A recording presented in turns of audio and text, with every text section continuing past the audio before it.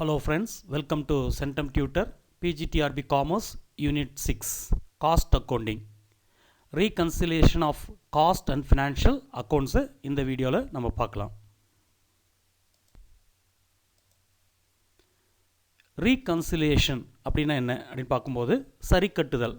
அதாவது cost அக்கௌண்டோடைய ப்ராஃபிட்டும் financial அக்கௌண்டோடைய ப்ராஃபிட்டும் disagree ஆகிருக்கும். சில காரணங்களால் சில ரீசன்ஸ்னால் ஃபினான்ஷியல் அக்கௌண்ட்ஸோடைய ப்ராஃபிட்டும் காஸ்ட் அக்கௌண்ட்டில் ஷோ பண்ணக்கூடிய ப்ராஃபிட்டும் டிஃப்ரெண்ட்டாக இருக்கலாம். ப்ராஃபிட் லாஸ் வந்து டிஃப்ரெண்ட்டாக இருக்கலாம்.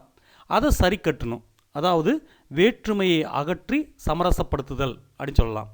அதில் ஏன் வித்தியாசம் வருது அதை கண்டுபிடிச்சி அதை கிளியர் பண்ணுறது தான் reconciliation of cost and financial accounts. எதுக்காக பண்ணணும் அப்படின்னு கேட்டிங்கன்னா ரெண்டு ரீசனுக்காக பண்ண போகிறோம். ஒன்று வந்து என்னென்னா இந்த ப்ராஃபிட் அண்ட் லாஸ் அக்கௌண்ட், அதாவது காஸ்டிங் ப்ராஃபிட் அண்ட் லாஸ் அக்கௌண்ட்லேயும் ஃபினான்ஷியல் ப்ராஃபிட் அண்ட் லாஸ் அக்கௌண்ட்லேயும் ஏன் டிஃப்ரென்ஸ் வருது, அந்த டிஃப்ரென்ஸுக்கான காரணம் என்ன அதை கண்டுபிடிக்கிறது ஒன்றாவது ரீசன். ரெண்டாவது நீடு என்னன்னு கேட்டிங்கன்னா to ensure the mathematical accuracy and reliability of cost accounts in order to have cost ascertainment, cost control etcetera. அதாவது காஸ்ட் அக்கௌண்டோடைய நம்பகத்தன்மை ரியலபிலிட்டியும் மேத்தமெட்டிக்கல் அக்யூரசி துல்லியத்தன்மையும் கணக்கியல் துல்லியத்தன்மையும் தெரிஞ்சுக்கணும், உறுதிப்படுத்தணும், என்ஷூர் பண்ணணும். காஸ்ட் அக்கௌண்டோடைய நம்பகத்தன்மையும் துல்லியத்தன்மையும் உறுதிப்படுத்தணும். எதுக்காக உறுதிப்படுத்தணும்னு கேட்டிங்கன்னா காஸ்ட் அசர்டைன்மெண்ட்டும், நம்ம வந்து ஒரு பொருளுடைய காஸ்ட்டை கணக்கிடுவோம், அதே மாதிரி காஸ்ட்டை கண்ட்ரோல் பண்ணணும். இதுக்கெல்லாம் துல்லியமாக இருந்தால் மட்டும்தான், நம்பகத்தன்மையோடு துல்லியமாக இருந்தால் மட்டும்தான் இதை காஸ்ட் அசர்டைன்மெண்ட்டு காஸ்ட் கண்ட்ரோல் எல்லாம் பர்ஃபெக்டாக இருக்கும். அதை உறுதிப்படுத்தணும். இதுக்காக தான் நம்ம ரீகன்சிலேஷன் பண்ணி கரெக்டாக இருக்கான்னு செக் பண்ணுறோம். ஏன் இந்த ப்ராஃபிட் காஸ்ட் அக்கௌண்ட்டில் நம்ம கால்குலேட் பண்ணக்கூடிய ப்ராஃபிட்டும் ஃபினான்ஷியல் அக்கௌண்ட்டில் கால்குலேட் பண்ணக்கூடிய ப்ராஃபிட்டும் டிஸ்அக்ரிமெண்ட்டாக இருக்குது, அதாவது வேறுபாடோடு இருக்குது, ஏன் அக்ரி ஆகுறது இல்லை அப்படின்னு பார்க்க போகிறோம். என்னென்ன ரீசன் அப்படின்னு பார்க்கலாம். அந்த ரீசனில் ஃபஸ்ட்டு ரீசன் என்னென்னு கேட்டிங்கன்னா items shown only in financial accounts. சில ஐட்டம் நம்ம வந்து ஃபினான்ஷியல் அக்கௌண்ட்டில் மட்டும்தான் காமிப்போம், காஸ்ட் அக்கௌண்ட்டில் காமிக்க மாட்டோம். அப்போது சில ஐட்டம் ஃபினான்ஷியல் அக்கௌண்ட்டில் மட்டும் காமிக்கிறனால ஃபினான்ஷியல் அக்கௌண்ட்டோடைய ப்ராஃபிட் வந்து காஸ்ட் அக்கௌண்ட்டோடைய ப்ராஃபிட்லேருந்து டிஃப்ரெண்ட்டாக இருக்கும். அப்போ நம்ம இப்போ என்ன பார்க்கணும் அப்படின்னு கேட்டிங்கன்னா ஃபினான்ஷியல் அக்கௌண்ட்டில் மட்டும் என்னென்ன ஐட்டம் காமிக்கப்படும், என்னென்ன ஐட்டம் ஃபினான்ஷியல் அக்கௌண்ட்டில் மட்டும் எடுத்துக்குவாங்க அப்படின்னு பார்க்க போகிறோம். அதில் ஃபஸ்ட்டு வந்துட்டு பியூர்லி ஃபினான்ஷியல் சார்ஜஸ். இது ஃபினான்ஷியல் சார்ஜ், பியூராக ஃபினான்ஷியல் சார்ஜ் மட்டும்தான், காஸ்ட்டுக்கு இதுக்கு ரிலேட்டட் கிடையாது. அதனால தான் காஸ்ட் அக்கௌண்ட்டில் எடுக்க மாட்டாங்க, ஃபினான்ஷியல் அக்கௌண்ட்டில் மட்டும் எடுக்கிறாங்க. எது பியூர்லி ஃபினான்ஷியல் சார்ஜஸ் அப்படின்னு பார்க்கும்போது loss arising from the sale of fixed asset. ஒரு ஃபிக்ஸட் அசெட்டை விற்கும்போது நஷ்டம் வந்துச்சுன்னா அது ஃபினான்ஷியல் அக்கௌண்டிங்கில் மட்டும்தான் காமிப்பாங்க, ஃபினான்ஷியல் ப்ராஃபிட் அண்ட் லாஸ் அக்கௌண்ட்டில் மட்டும்தான் காமிப்பாங்க. அதில் காஸ்ட் அக்கௌண்ட்டில் காமிக்க மாட்டாங்க. லாஸ் ஆன் இன்வெஸ்ட்மெண்ட், ஒரு முதலீடு பண்ணுறோம், அந்த முதலீடுனால ஏற்படக்கூடிய நட்டம், லாஸ் ஆன் இன்வெஸ்ட்மெண்ட், அது ஃபினான்ஷியல் சார்ஜ் மட்டும்தான், ஃபினான்ஷியல் அக்கௌண்ட்டில் மட்டும்தான் காமிப்போம். டிஸ்கவுண்ட் ஆன் டிபெஞ்சர்ஸ், கடனீட்டு பத்திரங்களுக்கு தள்ளுபடி கொடுக்கறது.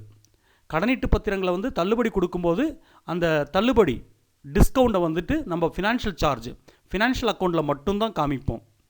அதே மாதிரி interest on bank loan, mortgages and debentures, இந்த பேங்க் லோனுடைய இன்ட்ரெஸ்ட்டு, மார்ட்கேஜஸ் அடமானம் வச்சிருக்கக்கூடிய பொருள் மேலே உள்ள செலுத்த வேண்டிய இன்ட்ரெஸ்ட்டு, டிபெஞ்சர் கொடுக்க வேண்டிய இன்ட்ரெஸ்ட்டு, இதெல்லாம் வந்துட்டு நம்ம ஃபினான்ஷியல் அக்கௌண்ட்டில் மட்டும்தான் காமிப்போம், காஸ்ட் அக்கௌண்ட்டில் காமிக்க மாட்டோம்.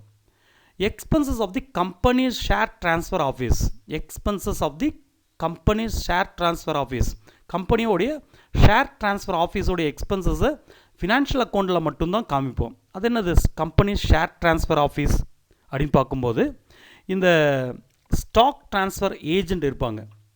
இந்த ஸ்டாக் ட்ரான்ஸ்ஃபர் இப்போ வந்து என்னென்னு கேட்டிங்கன்னா ஸ்டாக்ன்றது இங்கே வந்துட்டு என்னென்னு கேட்டிங்கன்னா ஷேர்ஸ். இந்த ஷேர்ஸை ட்ரான்ஸ்ஃபர் பண்ணும்போது ஒரு ரெஜிஸ்டரை மெயின்டைன் பண்ணும். ஏன்னா ஓனர்ஷிப் ஆஃப் தி கம்பெனி, இந்த ஷேர் ஹோல்டர்ஸ்ன்றது ஓனர்ஷிப்.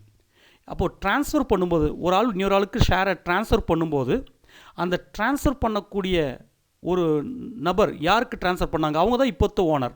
அந்த ஓனர்ஷிப் உடைய ரெஜிஸ்டரை மெயின்டைன் பண்ணுறது, டிவிடெண்ட் பேமெண்ட் பண்ணுறது, இதெல்லாம் செப்பரேட் ஆஃபீஸ் இருக்கும்.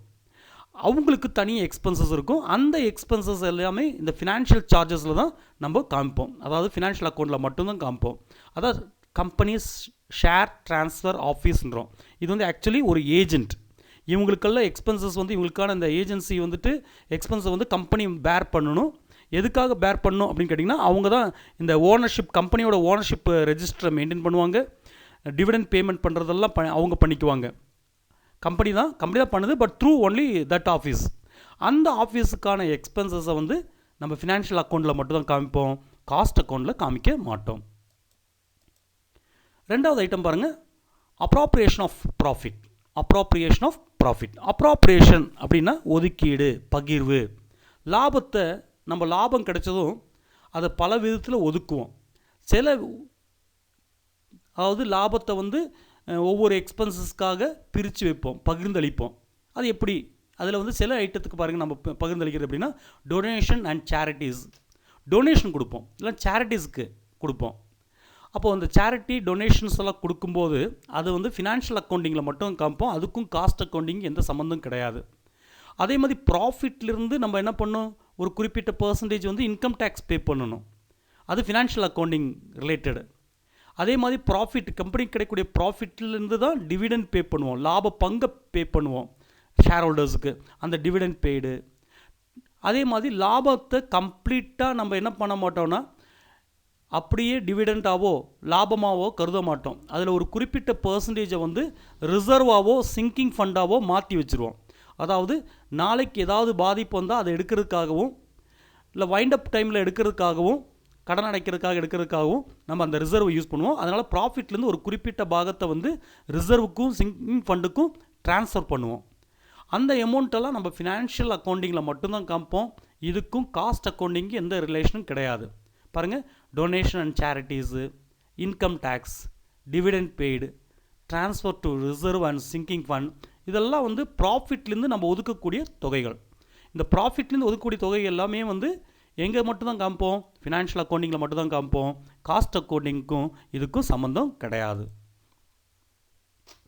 தேர்ட் பாருங்கள், writing off intangible and fictitious assets. Intangible assets இருக்குது, கண்ணுக்கு புலனாகாத சொத்துக்கள் இருக்குது.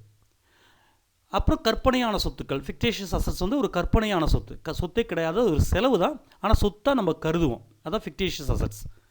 அப்போ இன்டான்ஜிபிள் அசட்ஸ்னால் நம்மளுக்கு கண்ணுக்கு புலப்படாது, ஆனால் சொத்து தான், அசட் தான், பட் நம்ம அதுக்கு there is no physical existence. Goodwill, கம்பெனிக்கு இருக்கக்கூடிய நற்பெயர். பேட்டன்ஸு, பேட்டன் ரைட் அப்படின்றது, இப்போ நம்ம ஒரு பொருளை கண்டுபிடிச்சா, புதுசாக ஒரு பொருளை கண்டுபிடிச்சா அதுக்கு கிடைக்கக்கூடியது பேட்டன் ரைட். ஏன்னா அந்த பொருளை வேறு யாரும் உற்பத்தி பண்ணி விற்க முடியாது, அந்த பேட்டன்ட்டை நம்ம மட்டும் தான் யூஸ் பண்ண முடியும். அதுக்கு வந்து ஒரு மதிப்பு இருக்குது. அந்த மதிப்பு வந்து ஒரு குறிப்பிட்ட வருஷத்துக்கு மட்டும் தான் கொடுப்பாங்க. அந்த மதிப்பை வந்து பேட்டன் ரைட் அப்படின்னு சொல்லுவோம். கண்ணுக்கு தெரியாது, பட் அது சொத்து. காப்பிரைட் அப்படியே மாதிரி, ஒரு புக்கோ ஏதாவது ஒரு எழுதுனா, புக்கோ இல்லை ஒரு பாடம், ஒரு பாட்டோ இந்த மாதிரி நம்ம பண்ணால் அதுக்கு காப்பிரைட் வாங்கிக்குவோம். வேறொரு நபர் வந்து அதை காப்பி பண்ணி விற்க முடியாது, நம்மகிட்ட பர்மிஷன் இல்லாமல் விற்க முடியாது. அப்போ அந்த காப்பிரைட்டுக்கெல்லாம் ஒரு சொத்து. ஆனால் நமக்கு அந்த காப்பிரைட், பேட்டன், அதே மாதிரி குட்வில், இதெல்லாம் கண்ணில் பார்க்க முடியாது. இன்டான்ஜிபிள் அசட்ஸு, அதெல்லாம் அசட்ஸ். அதெல்லாம் எங்கே மட்டும்தான் இருக்குன்னு கேட்டிங்கன்னா, அதெல்லாம் வந்து ஒவ்வொரு வருஷமும் அதோட மதிப்பு குறைஞ்சிட்டே வரும். அதெல்லாம் ரைட் ஆஃப் பண்ணிட்டே வரும். அது ஆக்சுவல் சொத்து கிடையாது, பட் சொத்தில் காமிப்போம், அசட் சைடு காமிப்போம். ஒவ்வொரு வருஷமும் அதோடைய கம்மி பண்ணிட்டே வருவாங்க. இந்த பேட்டன் ரைட்டுக்கும் காப்பி ரைட்டுக்கும் ஒரு பர்டிகுலர் இயர்ஸ்க்கு தான் கொடுப்பாங்க. அந்த பர்டிகுலர் இயர்ஸ் வரைக்கும் நம்ம என்ன பண்ணிக்கலாம்னா, அந்த பர்டிகுலர் இயர்ஸ் முடிஞ்சிருச்சுன்னா அதுக்கப்புறம் என்ன பண்ணுவாங்கன்னு கேட்டிங்கன்னா, அது யார் வேணாலும் யூஸ் பண்ணிக்கலாம். அப்போது ஒவ்வொரு வருஷமும் அதோடைய மதிப்பு குறைச்சிட்டே வருவாங்க. அட்வர்டைஸ்மெண்ட் செலவு வந்து ஃபினான்ஷியல் அக்கௌண்டிங்கில் மட்டும் தான் காமிப்பாங்க. அட்வர்டைஸ்மெண்ட்றது ஒரு ஏன்னா ஹியூஜ் அட்வர்டைஸ்மெண்ட் செலவு பண்ணால் என்ன ஆகும்னு கேட்டிங்கன்னா, அதை எக்ஸ்பென்ஸில் காமிக்க மாட்டாங்க. அந்த அட்வர்டைஸ்மெண்ட் எக்ஸ்பென்சஸ்ஸு, அதுமாதிரி ப்ரிலிமினரி எக்ஸ்பென்சஸ்ஸு, தொடக்க செலவுகள் எல்லாம் வந்து என்ன பண்ணுவாங்கன்னா அசட் சைடில் காமிச்சிட்டு, இதெல்லாம் ஃபிக்டேஷியஸ் அசட்ஸு, அதெல்லாம் ஆர்கனைசேஷன் எக்ஸ்பென்சஸ்ஸு, இதெல்லாம் ஸ்டார்டிங்கில் செலவு பண்ணுறது. ஹியூஜ் எக்ஸ்பென்சஸ் இருக்கும். இந்த ஹியூஜ் எக்ஸ்பென்சஸை வந்து செலவு சைடு காமிச்சா கம்பெனி வந்து பெரிய நஷ்டத்தில் இருக்கிற மாதிரி தெரியறனால, தொடக்கத்தில் இது பண்ணக்கூடிய இந்த செலவு எல்லாமே அசட் சைடில் ஃபிக்டேஷியஸ் அசட்ஸ், கற்பனையான ஒரு சொத்தை காமிப்பாங்க. அப்புறம் வருஷம் இதை ரைட் ஆஃப் பண்ணிட்டே வருவாங்க. ஒரு குறிப்பிட்ட பர்சன்டேஜ் அமௌண்ட்டை வந்துட்டு ஒவ்வொரு வருஷமும் ரைட் ஆஃப் பண்ணிட்டே வருவாங்க. இதெல்லாம் ஃபினான்ஷியல் அக்கௌண்டிங்கில் மட்டும்தான் இருக்கும். காஸ்ட் அக்கௌண்டிங்க்கு காமிக்க மாட்டாங்க. அதுக்கப்புறம் பாருங்கள் பியூர்லி ஃபினான்ஷியல் இன்கம்ஸ். இந்த இன்கமில் purely financial income, cost accounting சம்மந்தம் கிடையாது. அது ரெண்ட் ரிசீவபிள், நம்ம ஏதாச்சும் ரெண்ட்டுக்கு கொடுத்துருப்போம், அதுக்கு கிடைக்கக்கூடிய ரெண்ட்டு, ஒரு ஃபிக்ஸட் அசட்டை சேல் பண்ணும்போது கிடைக்கக்கூடிய ப்ராஃபிட்டு, ட்ரான்ஸ்ஃபர் ஃபீ ரிசீவ்டு. இந்த ட்ரான்ஸ்ஃபர் ஃபீ ரிசீவ்டு அப்படின்றது ஒரு இன்வெஸ்ட்மெண்ட்டை மாற்றி இன்னொரு இன்வெஸ்ட்மெண்ட்டுக்காக மாற்றும்போது கிடைக்கக்கூடிய ஃபீஸு. அந்த ட்ரான்ஸ்ஃபர் ஃபீ நம்மளுக்கு கிடச்சிருந்தா அதை ரிசீவ் பண்ணுறது. அதேமாதிரி பேங்க் டெபாசிட்லேருந்து கிடைக்கக்கூடிய interest received on bank deposits. Dividend received, company எங்கேயாச்சும் இன்வெஸ்ட்மெண்ட் பண்ணியிருப்பாங்க, அந்த இன்வெஸ்ட்மெண்ட்டுக்கான டிவிடெண்ட் கிடச்சிருக்கும். இதெல்லாம் பியூர்லி ஃபினான்ஷியல் இன்கம்ஸ். அதனால் ஃபினான்ஷியல் அக்கௌண்ட்டில் மட்டும்தான் இது காமிக்கப்படும். காஸ்ட் அக்கௌண்டிங்கில் இதெல்லாம் இருக்காது. அப்போ நம்ம ஃபஸ்ட்டு டிஸ்அக்ரிமெண்ட்டுக்கான காரணம் பார்த்துட்டோம். ஏன் ஃபினான்ஷியல் அக்கௌண்ட்டோட ப்ராஃபிட்டும் காஸ்ட் அக்கௌண்ட்டோடைய ப்ராஃபிட்டும் சேமாக இருக்காது, டிஃப்ரெண்ட்டாக இருக்கும். அதுக்கு காரணம் வந்து சில ஐட்டம்ஸ் வந்துட்டு ஃபினான்ஷியல் அக்கௌண்டிங்கில் மட்டும்தான் காமிப்போம் அப்படின்னு பார்த்தோம். ஃபினான்ஷியல் அக்கௌண்டிங்கில் மட்டும் காமிக்கக்கூடிய இந்த 4 ஐட்டம் பார்த்துருக்கோம். அந்த 4 ஹெட்டிங்கில் நிறைய எக்ஸாம்பிள்ஸ் பார்த்துருக்கோம். இதெல்லாம் பார்த்து வச்சிடணும், எதுக்கு கீழே வருதுன்னு பார்த்துடணும். இதெல்லாம் ஃபினான்ஷியல் அக்கௌண்டிங்கில் மட்டும்தான் அஃபெக்ட் பண்ணும். காஸ்ட் அக்கௌண்டிங்கில் எந்த விதத்துலையும் அஃபெக்ட் பண்ணாது. அடுத்து பார்த்தீங்கன்னா ரெண்டாவது பார்த்தீங்கன்னா item shown only in cost accounts. எப்படி சில ஐட்டத்தை ஃபினான்ஷியல் அக்கௌண்டிங்கில் மட்டும்தான் காமிக்கப்படுமோ அதே மாதிரி சில ஐட்டம் வந்து காஸ்ட் அக்கௌண்ட்டில் மட்டும்தான் இருக்கும். இந்த ஐட்டம் பார்க்கலாம். அதாவது வெரி ஃபியூ ஐட்டம்ஸ் மட்டும்தான். அதாவது சில ஐட்டம் மட்டும்தான் காஸ்ட் அக்கௌண்ட்டில் இன்க்ளூட் பண்ணியிருப்பாங்க, not in financial accounts. These items are very few, ரொம்ப கம்மி ஐட்டம் தான் அப்படிப்பட்ட ஐட்டம் இருக்குது. அதெல்லாம் பொதுவாக அந்த ஐட்டமெல்லாம் எதுன்னு பார்த்தீங்கன்னா நோஷனல் சார்ஜஸாக தான் இருக்கும். காஸ்ட் அக்கௌண்ட்டில் மட்டும் காமிக்கக்கூடிய ஐட்டம் ரொம்ப ரொம்ப கம்மி தான். ஃபினான்ஷியல் அக்கௌண்டிங்கில் தான் நிறைய ஐட்டம்ஸ் இருக்குது. இந்த காஸ்ட் அக்கௌண்டிங்கில் மட்டும் காமிக்கக்கூடிய ஐட்டம் ரொம்ப கம்மியாக இருக்கும். அது நோஷனல் சார்ஜஸாக தான் இருக்கும். நோஷனல் அப்படின்னா என்ன அப்படின்னு பார்க்கும்போது கற்பனையாக இருக்கும். ஆக்சுவலி அது கணக்கில் மட்டும் எழுதுவோம், நம்ம கையிலேருந்து காசு போகாது. அதெல்லாம் நோஷனல் சார்ஜஸ் அப்படின்னு சொல்கிறோம். இதெல்லாம் நோஷனல் சார்ஜஸ். எக்ஸாம்பிள் பாருங்கள். Notional rent of owned premises. சொந்த பில்டிங்கில் கம்பெனி நடத்திட்டு இருப்பாங்க. அப்போது அந்த ஃபேக்ட்ரி சொந்த பில்டிங்கில் நடந்துகிட்ருக்கும். அந்த காஸ்ட் அக்கௌண்டிங்கில் என்ன பண்ணுவாங்கன்னா, அந்த காஸ்ட்டை கால்குலேட் பண்ணும்போது, அந்த பொருளுடைய காஸ்ட்டை கால்குலேட் பண்ணும்போது என்ன பண்ணுவாங்கன்னா, பில்டிங்கோட ரெண்ட் அப்படின்னு சொல்லி ஒரு அமௌண்ட்டை எழுதுவாங்க. அந்த ப்ரீமிசஸ்க்கு ஒரு ரெண்ட் எழுதி அந்த ரெண்ட்டையும் அந்த காஸ்ட்டில் ஆட் பண்ணுவாங்க. ஆக்சுவலி இது ஒரு செலவு கிடையாது, நம்ம கையிலேருந்து காசு போகலை. ஆனாலும் சொந்த பில்டிங் தான், காசு அதனால் ரெண்ட் கொடுக்க வேண்டிய அவசியம் இல்லை. ஆனால் கற்பனையாக ரெண்ட்டுன்னு சொல்லி ஒரு அமௌண்ட்டை எழுதிடுவாங்க.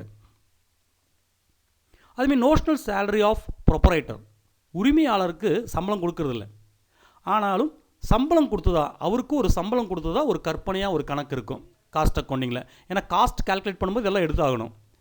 அதே மாதிரி ஒரு அசட்டோட வேல்யூ நில்லாக இருக்கும், இல்லை அதோடைய புக் வேல்யூ இருக்காது, நெக்லிஜிபிள் புக் வேல்யூ, ரொம்ப ரொம்ப கம்மியான, அதாவது நம்ம எடுத்துக்க வேண்டிய அவசியமே இல்லை, அந்த அளவுக்கு ரொம்ப கம்மியான ஒரு புக் வேல்யூ இருக்கக்கூடிய அசட்டுக்கு நம்ம டிப்ரிசியேஷன் கால்குலேட் பண்ணி வச்சுருப்போம். அதே மாதிரி interest on capital employed in production. இந்த ப்ரொடக்ஷனுக்காக, உற்பத்திக்காக நம்ம முதலீடு பயன்படுத்தியிருப்போம். அந்த முதலீடுக்கு இன்ட்ரெஸ்ட் பே பண்ணதான், அந்த முதலீடுக்கு நம்ம எப்போதும் இன்ட்ரெஸ்ட் பே பண்ணணும். அது அந்த கேபிட்டல் எம்ப்ளாய்டுக்கு, அதாவது பயன்படுத்தப்பட்ட முதலுக்கு நம்ம ஒரு இன்ட்ரெஸ்ட் கால்குலேட் பண்ணுவோம். அந்த ப்ரொடக்ஷனுக்காக நம்ம முதல் பயன்படுத்தியிருப்போம், கேபிட்டல் எம்ப்ளாய் பண்ணியிருப்போம். அந்த கேபிட்டலுக்கு நம்ம இன்ட்ரெஸ்ட் வந்து ஒரு கால்குலேட் பண்ணி கணக்கில் சேர்த்திருப்போம், காஸ்ட் அக்கௌண்ட்டில் சேர்த்திருப்போம். பட் இதெல்லாம் ஆக்சுவலி நம்ம பே பண்ணுறதே கிடையாது. அதனால தான் நோஷனல் சார்ஜஸ் அப்படின்னு சொல்கிறோம். கற்பனையான செலவுகள், கற்பனையான ஒரு செலவு. சொந்த பில்டிங் ஆனால் வாடகை கொடுத்ததாக கணக்கு எழுதியிருப்பாங்க. ப்ரொப்பரேட்டர் உரிமையாளர் தான், ஆனால் அவருக்கும் சம்பளம் கொடுத்ததாக கணக்கு எழுதியிருப்பாங்க. புக் வேல்யூவே இருக்காது, இல்லைன்னா நெக்லிஜிபிள் புக் வேல்யூவாக இருக்கும் ஒரு அசட்டுக்கு, அதுக்கு டிப்ரிசியேஷன் சொல்லி கால்குலேஷன் பண்ணியிருப்போம். அதே மாதிரி அந்த ப்ரொடக்ஷனுக்கு, உற்பத்திக்கு நம்ம முதல் பயன்படுத்தியிருப்போம். ப்ரொடக்ஷனுக்கு கேபிட்டல் எம்ப்ளாய் பண்ணியிருப்போம், கேபிட்டலை முதல்ல பயன்படுத்தியிருப்போம். அதுக்கு அந்த முதலுக்கு நம்ம இன்ட்ரெஸ்ட் பே பண்ணதா ஒரு கால்குலேஷன் காமிப்போம் காஸ்ட் அக்கௌண்டிங்கில். பட் ஆக்சுவலி இதெல்லாம் நம்ம பே பண்ணுறதே கிடையாது. அதனால தான் இதுக்கு பேர் நோஷ்னல் சார்ஜஸ் அப்படின்றோம். இந்த ஐட்டம் மட்டும்தான், இந்த மாதிரி ஐட்டம் மட்டும்தான் காஸ்ட் அக்கௌண்ட்டில் மட்டும் காமிக்கப்படும். ஆனால் எங்கே காமிச்சிருக்க மாட்டாங்க கேட்டிங்கன்னா இந்த ஃபினான்ஷியல் அக்கௌண்டிங்கில் காமிச்சிருக்க மாட்டாங்க. தேர்டு பாருங்கள், தேர்டு டிஸ்அக்ரிமெண்ட், இந்த ஃபினான்ஷியல் ப்ராஃபிட்டும் காஸ்ட்டில் கிடைக்கக்கூடிய ப்ராஃபிட்டும் டிஃப்ரெண்ட்டாக இருக்கிறதுக்கான மூணாவது காரணம் வந்து over absorption and under absorption of overheads. Over ஹெட்ஸ்னால் செலவுகள். இந்த செலவுகளை ஒன்றும் அதிகமாக காமிச்சிருப்பாங்க ஓவர் அப்சார்ப்ஷன், இல்லைன்னா குறைவாக காமிச்சிருப்பாங்க அண்டர் அப்சார்ப்ஷன். ஏன்னா இந்த செலவுகள் எல்லாமே நம்ம எப்படி கால்குலேட் பண்ணுவோன்னு கேட்டிங்கன்னா காஸ்ட் அக்கௌண்டிங்கில் எஸ்டிமேஷன் ஆக்சுவலாகவும் இருக்கலாம், மேக்ஸிமம் எஸ்டிமேஷனாக இருக்கும். அதனால் வந்து சிலப்போ அதிகமாகலாம், நம்ம செலவு பண்ணதை விட அதிகமாக காமிக்கப்பட்டிருக்கலாம், இல்லைன்னா நம்ம செலவு பண்ணதை விட குறைவாக காமிக்கப்பட்டிருக்கலாம். அதுதான் over absorption and under absorption of overhead அப்படின்னு சொல்கிறோம்.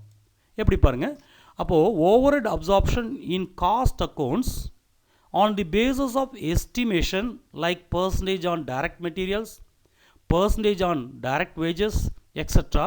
may be more or less than the actual amount incurred. பாருங்கள், சில ஓவர்ஹெட் நம்ம சந்திக்கக்கூடிய செலவுகள், காஸ்ட் அக்கௌண்ட்டில் நம்ம சந்திக்கக்கூடிய செலவுகள் ஓவர்ஹெட் அப்சார்ப்ஷன் வந்து நம்ம எப்படி கால்குலேட் பண்ணுவோன்னு கேட்டிங்கன்னா, எதை பேஸ் பண்ணி கால்குலேட் பண்ணுவோன்னு கேட்டிங்கன்னா எஸ்டிமேஷன் தான்.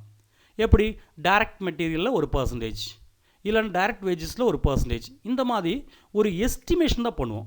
அந்த நம்ம எஸ்டிமேட் பண்ணக்கூடிய அமௌண்ட் வந்து என்ன ஆகலான்னு கேட்டால், ஆக்சுவலாக நம்மளுக்கு எவ்வளோ அமௌண்ட் இன்கர்ட் ஆகிருக்கு, எவ்வளோ அமௌண்ட் நம்மளுக்கு செலவாகிருக்கு, அதை விட குறைவாகவும் இருக்கலாம், இல்லைன்னா அதை விட அதிகமாகவும் இருக்கலாம். இதுதான் நம்ம என்ன சொல்கிறோன்னு கேட்டால் ஓவர் அண்ட் அண்டர் அப்சார்ப்ஷன் சொல்கிறோம். இப்போ ஓவர் அப்சார்ப்ஷன் அப்படின்னா என்னென்னு பார்க்கலாம். நம்ம over expenses in cost accounts are more than the actual.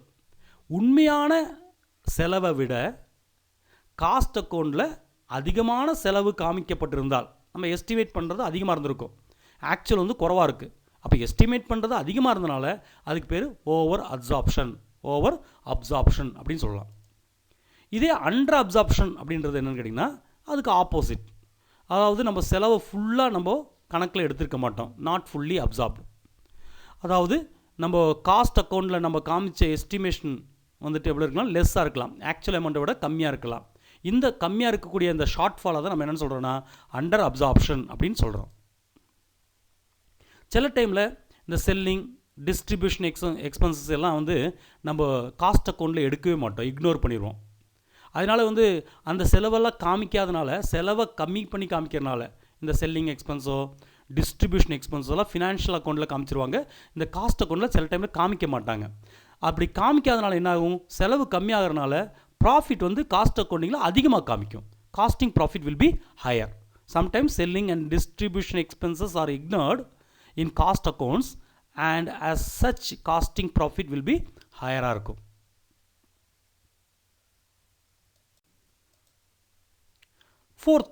fourth reason, differences due to different bases of stock valuation and depreciation. Cost அக்கௌண்ட்டில் காமிக்கக்கூடிய ப்ராஃபிட்டும் ஃபினான்ஷியல் அக்கௌண்டிங்கில் காமிக்கக்கூடிய ப்ராஃபிட்டும் டிஃப்ரெண்ட்டாக இருக்கிறதுக்கு இது ஒரு காரணம். அதாவது ஃபினான்ஷியல் அக்கௌண்டிங்லேயும் காஸ்ட் அக்கௌண்டிங்லேயும் ஸ்டாக்கை வேல்யூ பண்ணுறது டிஃப்ரெண்ட் மெத்தட் யூஸ் பண்ணியிருக்கலாம். அதே மாதிரி டிப்ரிசியேஷன் கால்குலேட் பண்ணுறது டிஃப்ரெண்ட்டாக இருக்கலாம். எப்படி டிஃப்ரெண்ட்டாக இருக்குன்னு பார்க்கலாம். ஸ்டாக்கை எப்படி வேல்யூ பண்ணுறாங்க பாருங்கள். ஸ்டாக் அப்படின்போது இங்கே வந்து ரெண்டு விதத்தில் நீங்கள் சொல்லலாம். ரா மெட்டீரியலாக இருக்கலாம், ஃபினிஷ்டு ப்ராடக்டாக இருக்கலாம். ஃபினிஷ்டு ப்ராடக்டாக இருந்தாலும் அதே மாதிரி ரா மெட்டீரியல் இருந்தாலும் இங்கே ஸ்டாக்னே சொல்லிக்கலாம். எப்படி வேல்யூ பண்ணுறாங்க பாருங்கள். ஃபினான்ஷியல் அக்கௌண்டிங்காக இருந்தால் இந்த ஸ்டாக்கோட வேல்யூவை cost price or market price whichever is lower. Cost எவ்வளோ செலவாச்சு, உண்மையாலுமே இந்த ஸ்டாக்குக்கு எவ்வளோ செலவாச்சு, இந்த ஃபினிஷ்ட் குட் ப்ரொடியூஸ் பண்ணுறதுக்கு எவ்வளோ செலவாச்சு, இல்லை இந்த ரா மெட்டீரியலுக்கு எவ்வளோ செலவாச்சு, அதோட வேல்யூ எடுப்பாங்க, காஸ்ட் எடுப்பாங்க, அடக்க விலை எடுத்துருவாங்க, இல்லைனா மார்க்கெட் ப்ரைஸ் சந்தை விலை எடுப்பாங்க. இதில் எது குறைவாக இருக்கோ அதை வந்து அந்த ஸ்டாக்கோட வேல்யூவை ஃபினான்ஷியல் அக்கௌண்டிங்கில் கால்குலேட் பண்ணிடுவாங்க. அதே டைமில் காஸ்ட் அக்கௌண்ட்ஸில் என்ன பண்ணுவாங்கன்னா வேறு மெத்தட் யூஸ் பண்ணுவாங்க. FIFO, LIFO, first in first out, last in first out, weighted average method, இதை கால்குலேட் பண்ணுவாங்க. இந்த பேசிஸில் ஸ்டாக்கு கால்குலேட் பண்ணுவாங்க. இங்கே ஸ்டாக்ன்றது ரா மெட்டீரியலாக இருக்கலாம், ஃபினிஷ்டு ப்ராடக்டாகவும் இருக்கலாம். இதே ஒர்க் இன் ப்ரோக்ரஸாக இருந்தால், இப்போ வேலை நடந்துகிட்ருக்கு முடியல, ஃபஸ்ட்டு நம்ம ஸ்டாக்குன்னு சொன்னது ரா மெட்டீரியல், ஸ்டார்டிங் ப்ராடக்டாக இருக்கலாம், ரா மெட்டீரியல் இல்லைனா ஃபினிஷ்டு ப்ராடக்டாக இருக்கலாம், அதெல்லாம் ஸ்டாக்கில் நம்ம கால்குலேட் பண்ணுறது சொல்லிட்டோம். ஒர்க் இன் ப்ரோக்ரஸ், இப்போ வேலை நடந்துகிட்ருக்கு, இனி கம்ப்ளீட் ஆகலை. அப்போது இந்த மாதிரி ஒர்க் இன் ப்ரோக்ரஸை எப்படி கால்குலேட் பண்ணுவாங்கன்னு கேட்டிங்கன்னா, ஃபினான்ஷியல் அக்கௌண்டிங்கில் ஒரு அட்மினிஸ்ட்ரேட்டிவ் எக்ஸ்பென்சஸோடைய பார்ட்டாக கன்சிடர் பண்ணி வேல்யூ பண்ணுவாங்க. Valued after considering a part of administrative expenses, நிர்வாக செலவினுடைய ஒரு பாகமாக கருதி இதை வேல்யூ பண்ணிடுவாங்க ஃபினான்ஷியல் அக்கௌண்டிங்கில். இதே காஸ்ட் அக்கௌண்டிங்காக இருந்தால் இந்த ஒர்க் இன் ப்ரோக்ரஸை எப்படி தான் கால்குலேட் பண்ணுவாங்க கேட்டிங்கன்னா, ப்ரைம் காஸ்ட்லேயோ இல்லை ஃபேக்ட்ரி காஸ்ட்லேயோ இல்லை காஸ்ட் ஆஃப் ப்ரொடக்ஷன், இதை பேஸ் பண்ணி தான் வேல்யூ பண்ணுவாங்க. ப்ரைம் காஸ்ட்டு பேஸ் பண்ணி வேல்யூ பண்ணலாம், ஃபேக்ட்ரி காஸ்ட்டை பேஸ் பண்ணி வேல்யூ பண்ணலாம், காஸ்ட் ஆஃப் ப்ரொடக்ஷனை பேஸ் பண்ணியும் நம்ம அதை கால்குலேட் பண்ணுவாங்க. இதான் நம்ம ஸ்டாக்கு பாருங்கள், டிஃப்ரெண்ட் மெத்தட். ஃபினான்ஷியல் அக்கௌண்ட்டில் வேறு மெத்தட், காஸ்ட் அக்கௌண்ட்டில் வேறு மெத்தட். ஸ்டாக்கை வேல்யூ பண்ணும்போது ஃபினான்ஷியல் அக்கௌண்டிங்கில் market price or cost price whichever is லோவர்னு எடுப்பாங்க. காஸ்ட் அக்கௌண்ட்ஸில் வந்துட்டு FIFO, LIFO, weighted average method, இதை மெயினாக ஞாபகம் வெயிட்டட் ஆவரேஜ் மெத்தட் தான் யூஸ் பண்ணுவாங்க. ஒர்க் இன் ப்ரோக்ரஸாக இருந்தால் அட்மினிஸ்ட்ரேட்டிவ் எக்ஸ்பென்ஸோட ஒரு பார்ட்டாக கன்சிடர் பண்ணி வேல்யூ பண்ணுவாங்க ஃபினான்ஷியல் அக்கௌண்டிங்கில். அதே காஸ்ட் அக்கௌண்ட்டாக இருந்தால் ப்ரைம் காஸ்ட்டோ ஃபேக்ட்ரி காஸ்ட்டோ காஸ்ட் ஆஃப் ப்ரொடக்ஷனோ பேஸ் பண்ணி அந்த ஒர்க் இன் ப்ரோக்ரஸை கால்குலேட் பண்ணியிருப்பாங்க. டிப்ரிசியேஷன் கால்குலேட் பண்ணும்போது, தேய்மானத்தை கால்குலேட் பண்ணும்போது ஃபினான்ஷியல் அக்கௌண்டிங்கில் பொதுவாக ரிட்டர்ன் டவுன் வேல்யூ மெத்தட் தான் யூஸ் பண்ணுவாங்க. ஏன்னா டேக்ஸ் அத்தாரிட்டி வந்து இந்த ரிட்டர்ன் டவுன் வேல்யூ மெத்தடில் தான் டிப்ரிசியேஷன் கால்குலேட் பண்ணுறதை ஒத்துக்குவாங்க. அதனால் ஃபினான்ஷியல் அக்கௌண்ட்ஸில் வந்து ரிட்டர்ன் டவுன் வேல்யூ மெத்தடில் தான் பொதுவாக டிப்ரிசியேஷன் கால்குலேட் பண்ணியிருப்பாங்க. சில டைமில் வந்து ஃபிக்ஸட் இன்ஸ்டால்மெண்ட் மெத்தடும் யூஸ் பண்ணியிருக்கலாம், ஃபிக்ஸட் இன்ஸ்டால்மெண்ட் மெத்தடும் யூஸ் பண்ணியிருப்பாங்க. இப்போ காஸ்ட் அக்கௌண்ட்ஸில் அதே டைமில் என்ன பண்ணுவாங்க கேட்டிங்கன்னா, மிஷினரியோடைய டிப்ரிசியேஷன் எப்படி கால்குலேட் பண்ணுவாங்கன்னா, ஒரு மிஷினரி வாங்கும்போது எத்தனை ஹவர் இதோடைய லைஃப் அப்படின்னு பார்ப்பாங்க. இயர் கணக்கு கிடையாது, லைஃப். அதாவது ஒரு மிஷினரி, இப்போ நம்ம ஒரு பல்பு வாங்குறோன்னா இந்த பல்போடைய கேரண்டி எப்படி கொடுப்பாங்கன்னா 100 ஹவர்ஸ் அப்படின்னு சொல்லுவாங்க. 100 ஹவர்ஸ், 100 ஹவர் இந்த எரிஞ்சிச்சுன்னா எரியிற வரைக்கும் இது இருக்கும் அப்படின்னு சொல்லுவாங்க. அப்போது அதேமாதிரி ஒரு மிஷின் வாங்கினா இத்தனை ஹவர் வரைக்கும் இந்த மிஷினரி ஆப்ரேட் ஆகலாம் அப்படின்னு கொடுத்துருப்பாங்க. அப்போது எத்தனை ஹவர் இருக்கோ அந்த காஸ்ட்டை டிவைட் பண்ணிப்பாங்க. இப்போது ஒரு மிஷினரி வந்து 1 லட்ச ரூபா ஆகுதுன்னா 1 லட்ச ரூபா காஸ்ட்னா 1 லட்சம் டிவைட் பை எத்தனை ஹவர், 100 ஹவர்ஸ்னால் 100 டிவைட் பண்ணிடுவாங்க. 100 டிவைட் பண்ணால் எத்தனை டிப்ரிசியேஷன் சொல்லி கால்குலேட் பண்ணுவாங்க. ஒரு ஹவருக்கு இத்தனை டிப்ரிசியேஷன் கால்குலேட் பண்ணிடுவாங்க. அப்போது எத்தனை ஹவர் இந்த மிஷினரி ஓடிச்சோ அத்தனை ஹவருக்கான அந்த டிப்ரிசியேஷனை மைனஸ் பண்ணிடுவாங்க. இது காஸ்ட் அக்கௌண்ட்டில். காஸ்ட் அக்கௌண்ட்டில் மிஷினுடைய ஹவர் ரேட் தான் யூஸ் பண்ணுவாங்க, இல்லைனா வேறு ஏதாச்சும் மெத்தட் யூஸ் பண்ணுவாங்க. பொதுவாக மிஷினரிக்கெல்லாம் ஹவர் ரேட் தான் யூஸ் பண்ணுவாங்க. அப்போது ஆனால் அதே டைமில் ஃபினான்ஷியல் அக்கௌண்டிங்கில் வந்து ரிட்டர்ன் டவுன் வேல்யூ மெத்தட் தான் பொதுவாக யூஸ் பண்ணக்கூடிய மெத்தட். அதே மாதிரி பாருங்கள், ஃபினான்ஷியல் அக்கௌண்டிங்க்கும் காஸ்ட் அக்கௌண்டிங்க்கும் உள்ள டிஃப்ரென்ஸ், இந்த ப்ராஃபிட்டில் வரக்கூடிய டிஃப்ரென்ஸ்க்கான காரணம் வந்து அப்நார்மல் கெயினும் அப்நார்மல் லாஸஸும், அசாதாரண நட்டங்களும் அசாதாரண லாபமும். நம்ம எதிர்பார்க்காத நஷ்டமோ எதிர்பார்க்காத லாபமோ கிடைக்கிறத வந்துட்டு பாதிக்கும். ரெண்டையும் எப்படின்னு பார்க்கலாம். காஸ்ட் அக்கௌண்ட்ஸில் வந்துட்டு usually not shown in cost accounts or may be shown in costing profit or loss account. இந்த அப்நார்மல் லாஸையோ அப்நார்மல் கெயினையோ பொதுவாக காஸ்ட் அக்கௌண்ட்டில் காமிக்க மாட்டாங்க. சில டைமில் காஸ்டிங் ப்ராஃபிட் அண்ட் லாஸ் அக்கௌண்ட்டில் காமிக்கலாம் அவ்வளோதான். ஆனால் ஃபினான்ஷியல் அக்கௌண்டிங்கில் கண்டிப்பாக காமிப்பாங்க, ப்ராஃபிட் அண்ட் லாஸ் அக்கௌண்ட்டில் காமிச்சிருப்பாங்க. அப்போ இங்கே டிஃப்ரென்ஸ் வந்துருச்சு பாருங்கள். காஸ்ட் அக்கௌண்ட்டில் காமிக்காமல் ப்ராஃபிட் அண்ட் லாஸ் அக்கௌண்ட்டில் ஃபினான்ஷியல் அக்கௌண்ட்டில் காமிச்சிட்டாங்கன்னா ரெண்டுக்குள்ள ப்ராஃபிட் டிஃப்ரெண்ட்டாக காமிக்கும். Abnormal loss, abnormal gain. இப்போ எக்ஸாம்பிள் அப்நார்மல் லாஸ் அப்நார்மல் கெயினுக்கு எக்ஸாம்பிள் என்னென்னு பாருங்கள். Abnormal wastage of material. நம்ம ஒவ்வொரு பொருள் வாங்கும் போது இவ்வளோ பர்சன்டேஜ் வேஸ்டேஜ்னு சொல்லி கால்குலேட் பண்ணுவாங்க. எப்போதும் வேஸ்டேஜை வந்து கால்குலேட் பண்ணணும். ஒரு 100 பொருள் வாங்குகிறோம் அப்படின்னா ஒரு 10 டன் பொருள் வாங்குகிறோன்னா அந்த 10 டன்னில் 2% வேஸ்ட் ஆயிரும். ஹேண்ட்லிங் நம்ம ஏற்றி இறக்கும் போதோ இல்லை யூஸ் பண்ண கொண்டு போகும்போதோ ஒரு particular percentage of material waste ஆகும் அப்படின்னு சொல்லி ஏற்கனவே கால்குலேட் பண்ணியிருப்போம். ஃபார் எக்ஸாம்பிள் 2% வேஸ்ட் ஆகும்னு கால்குலேட் பண்ணியிருப்போம். அந்த 2% விட அதிகமாக வேஸ்ட் ஆயிடுச்சுன்னா அதுக்கு பேர் அப்நார்மல் வேஸ்ட் அப்படின்னு சொல்லலாம். அதேமாதிரி லாஸ் பை தெஃப்ட். நம்ம எதிர்பார்க்கல, திருட்டுனால சிலப்போ நஷ்டம் உண்டாகலாம்.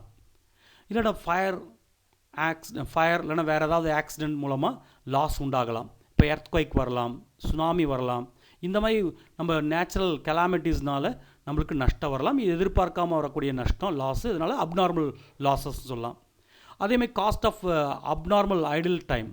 ஒரு மிஷினரி ஓடிட்டே இருந்துச்சுன்னா அதோடைய நம்மளுக்கு யூஸ் அது வந்து இல்லை. அதே டைமில் ஒரு மிஷினரி ஐடியல் அப்படியே வந்து நிலையாக யூஸ் பண்ணாமல் அப்படியே வச்சுட்டா எவ்வளோ டைம் நம்ம யூஸ் பண்ணாமல் வைக்கிறோமோ அதுக்கான செலவு வந்து நம்மளுக்கு நஷ்டம். இதெல்லாம் அப்நார்மலாக ஒரு மிஷினரி ரிப்பேர் ஆகி போயிடுச்சு அப்படியே ஐடியலாக இருக்குது யூஸ் பண்ணாமல் வச்சுருக்கோம் அப்படின்னா அதுக்கு நம்மளுக்கு நஷ்டம். அது இந்த மாதிரி அப்நார்மல் கெயின், அப்நார்மல் லாஸ், மெயினாக வந்து லாஸ் தான் அப்நார்மல் அதிகமாக வரும். இந்த லாஸ் எல்லாம் வந்து நம்ம வந்து ஃபினான்ஷியல் அக்கௌண்டிங்கில் தான் பொதுவாக காமிச்சிருப்போம், காஸ்ட் அக்கௌண்டிங்கில் காமிச்சிருக்க மாட்டோம். அதனால் காஸ்ட் அக்கௌண்ட்டில் வரக்கூடிய ப்ராஃபிட் அதிகமாக காமிக்கும். ஏன்னா இந்த லாஸ் காமிக்காதனால அதிகமாக காமிக்கும். ஃபினான்ஷியல் அக்கௌண்ட்டில் வந்து இந்த ப்ராஃபிட் வந்து கம்மியாக இருக்கும். ஏன்னா இதில் லாஸ்லாம் மைனஸ் பண்ணுறதால கம்மியாகி போயிடும். இந்த எப்படி ரீகன்சிலேஷன் பண்ணலாம், இந்த மாதிரி டிஃப்ரென்ஸ் என்ன ரீசன்னால் காஸ்ட் அக்கௌண்ட்டோடைய ப்ராஃபிட்டும் ஃபினான்ஷியல் அக்கௌண்டிங்கோட ப்ராஃபிட்டும் டிஃப்ரெண்ட்டாக இருக்குதுன்னு பார்த்தோம். பொதுவாக வந்து அது அதிகமாக டிஃப்ரென்ஸ் காமிக்கக்கூடியது காஸ்ட் அக்கௌண்ட் தான் இருக்கும். ஃபினான்ஷியல் அக்கௌண்ட் ஏறக்குறைய ஒரு பர்ஃபெக்டாக இருக்கிற மாதிரி இருக்கும். காஸ்ட் அக்கௌண்ட்டில் தான் நிறைய ஐட்டம்ஸ் எடுக்காதனால காஸ்ட் அக்கௌண்ட்டுடைய ப்ராஃபிட் தான் வேறு மாதிரி இருக்கும். அப்போ காஸ்ட் அக்கௌண்ட்டுடைய ப்ராஃபிட்டை நம்ம ஸ்டார்ட் பண்ணி ரீகன்சிலேஷன் ஸ்டேட்மெண்ட்டில் காஸ்ட் அக்கௌண்ட்டுடைய ப்ராஃபிட்டை எடுத்துகிட்டு அதில் ஆட் பண்ணக்கூடியதெல்லாம் ஆட் பண்ணி லெஸ் பண்ண வேண்டியதை லெஸ் பண்ணிட்டா நம்ம ஃபினான்ஷியல் அக்கௌண்ட்டுடைய ப்ராஃபிட் கிடச்சிரும். என்னென்ன ஐட்டம் நம்ம காஸ்ட் அக்கௌண்ட்டோடைய ப்ராஃபிட் கூட ஆட் பண்ணணும் பார்க்கணும். இப்போ பாருங்க, ஆக்சுவலி காஸ்ட் அக்கௌண்ட் வந்துட்டு காஸ்ட் அக்கௌண்ட்டுடைய ப்ராஃபிட் நம்ம எடுத்துடலாம்.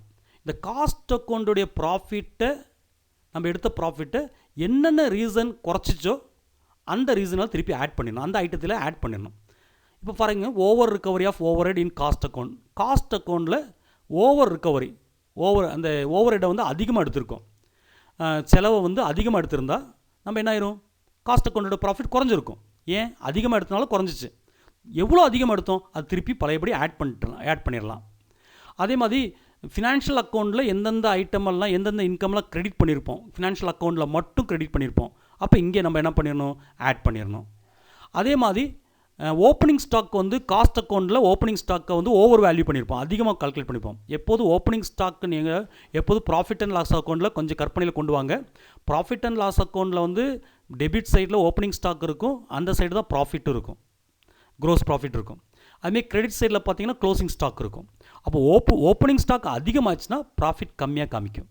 அப்போது காஸ்ட் அக்கௌண்டிங்கில் ஓப்பனிங் ஸ்டாக் அதிகமாக காமிச்சிருந்தாங்களா இந்த காஸ்ட் அக்கௌண்ட்டோட ப்ராஃபிட் குறைஞ்சிருக்கும். அதனால் திருப்பி என்ன பண்ணும், அதை திருப்பி ஆட் பண்ணிடணும். க்ளோசிங் ஸ்டாக்கோட வேல்யூ கம்மி பண்ணியிருந்தாங்கன்னா, க்ளோசிங் ஸ்டாக்கோட வேல்யூ குறவாக இருந்துச்சுன்னா கிரெடிட் சைடில் இங்கே ப்ராஃபிட் வந்து குறவாக காமிக்கும். அதனால் திரும்பவும் இதை ஆட் பண்ணிடணும். அதுமாரி நோஷ்னல் சார்ஜஸை வந்து காஸ்ட் அக்கௌண்ட்டில் மட்டும் நோஷ்னல் எக்ஸ்பென்சஸை சார்ஜ் பண்ணியிருப்பாங்க, அதை வந்து திரும்பவும் ஆட் பண்ணிடணும். ஏன்னா நோஷ்னல் எக்ஸ்பென்ஸ்ன்றது நம்ம கையிலேருந்து காசே போகலை, பட் நம்ம எக்ஸ்பென்ஸ்னு சொல்லி போட்டிருப்போம். அந்த எக்ஸ்பென்ஸ் போட்டனால நம்மளுடைய ப்ராஃபிட் குறைஞ்சிருக்கும், காஸ்ட் அக்கௌண்ட்டோட ப்ராஃபிட் குறைஞ்சிருக்கும். அதனால் திருப்பி அதை ஆட் பண்ணிடணும். பாருங்கள், நல்லா கவனித்து பார்க்கணும். காஸ்ட் அக்கௌண்ட்டுடைய ப்ராஃபிட் எடுத்துகிட்டு அந்த ப்ராஃபிட் என்னென்ன காரணத்தினால குறைஞ்சிருக்கும், காஸ்ட் அக்கௌண்ட்டில் நம்ம செஞ்ச என்னென்ன காரணத்தினால குறைஞ்சிருக்குமோ அதெல்லாம் திருப்பியும் ஆட் பண்ணிடணும். அதே டைமில் எதெல்லாம் லெஸ் பண்ணணும்னு கேட்டிங்கன்னா, நம்ம வந்து எதெல்லாம் வந்து ஓவர் ஹெட்டெல்லாம் கம்மியாக காமிச்சிருந்தா நம்ம ப்ராஃபிட் அதிகமாக காமிச்சிருக்கும். அதனால் அந்த கம்மியாக காமிச்ச அமௌண்ட் எவ்வளோ கம்மியாக காமிச்சிருக்கோம் திருப்பி அதை என்ன பண்ணிடணும், லெஸ் பண்ணிடணும், அந்த அமௌண்ட்டை லெஸ் பண்ணிடணும். அதே மாதிரி ஃபினான்ஷியல் அக்கௌண்ட்டில் மட்டும் எக்ஸ்பென்சஸ் டெபிட் பண்ணியிருப்போம், அந்த எக்ஸ்பென்ஸை மைனஸ் பண்ணணும். ஓப்பனிங் ஸ்டாக்கை அண்டர் வேல்யூ பண்ணியிருந்தால் அதை மைனஸ் பண்ணணும். அதே மாதிரி க்ளோசிங் ஸ்டாக் ஓவர் வேல்யூ பண்ணியிருந்தாலும் மைனஸ் பண்ணணும். இப்படியெல்லாம் மைனஸ் பண்ண நம்மளுக்கு லாஸ்ட்டில் வந்து ஃபினான்ஷியல் அக்கௌண்ட்டோட ப்ராஃபிட்டை ரீச் பண்ணிடலாம். இப்போ பாருங்கள், இது ரொம்ப நிறைய எக்ஸ்பிளைன் பண்ணாமல் சிம்பிளாக இருக்குது. பட் நீங்கள் ஒவ்வொரு ஐட்டமும் எடுத்துகிட்டு எதனால இந்த காஸ்ட் அக்கௌண்ட்டோடைய ப்ராஃபிட் கூட ஆட் பண்ணணும்னு கொஞ்சம் யோசிச்சு பாருங்கள். எந்தெந்த ஐட்டமெல்லாம் ப்ராஃபிட்டை குறைச்சிருக்குமோ அதெல்லாம் திருப்பி ஆட் பண்ணணும். எந்தெந்த ஐட்டமெல்லாம் ப்ராஃபிட்டை அதிகமாக காமிச்சிருக்குமோ அந்த ஐட்டத்தையெல்லாம் லெஸ் பண்ணணும். இவ்வளோதான் விஷயம். அப்போ ஒவ்வொரு ஐட்டமும் எடுத்து நீங்கள் பார்த்தீங்கன்னா உங்களுக்கு ஈஸியாக அண்டர்ஸ்டாண்ட் ஆகும். எந்த ஐட்டம் கொடுத்தாலும் உங்களால் போட முடியும், அதை கவனிச்சுக்கணும். இந்த ரீகன்சிலேஷன் ஸ்டேட்மெண்ட்டை பதிலாக இந்த மாதிரி ஸ்டேட்மெண்ட் போடுறதுக்கு பதிலாக மெமராண்டம் ஆஃப் ரீகன்சிலேஷன் ஸ்டேட்மெண்ட்டை போடலாம். மெமராண்டம்னாலே அதாவது இது வந்து ஆக்சுவல் டபுள் என்ட்ரி சிஸ்டம் கிடையாது, ஒரு கற்பனையாக ஒரு சிஸ்டம். இந்த ரீகன்சிலேஷன் பண்ணுறதுக்கு மட்டும் யூஸ் பண்ணக்கூடிய ஒரு சிஸ்டத்தை யூஸ் பண்ணலாம் நம்ம. இப்போ இன்னொரு விஷயம் பார்க்கணும், 2 ஹெட்டிங் பார்க்க போகிறோம். இன்டெக்ரல் சிஸ்டம் ஆஃப் அக்கௌண்டிங், நான் இன்டெக்ரல் சிஸ்டம் ஆஃப் அக்கௌண்டிங் பார்க்க போகிறோம்.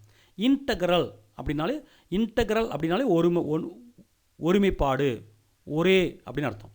இன்டெக்ரல் சிஸ்டம் ஆஃப் அக்கௌண்டிங் அதாவது காஸ்டிங்கையும் ஃபினான்ஷியல் டிரான்சாக்ஷன்ஸையும் ஃபினான்ஷியல் டிரான்சாக்ஷன்ஸையும் ஒரே செட் ஆஃப் புக்கில் சேம் செட் ஆஃப் புக்லேயே ரெக்கார்ட் பண்ணிடுவோம்.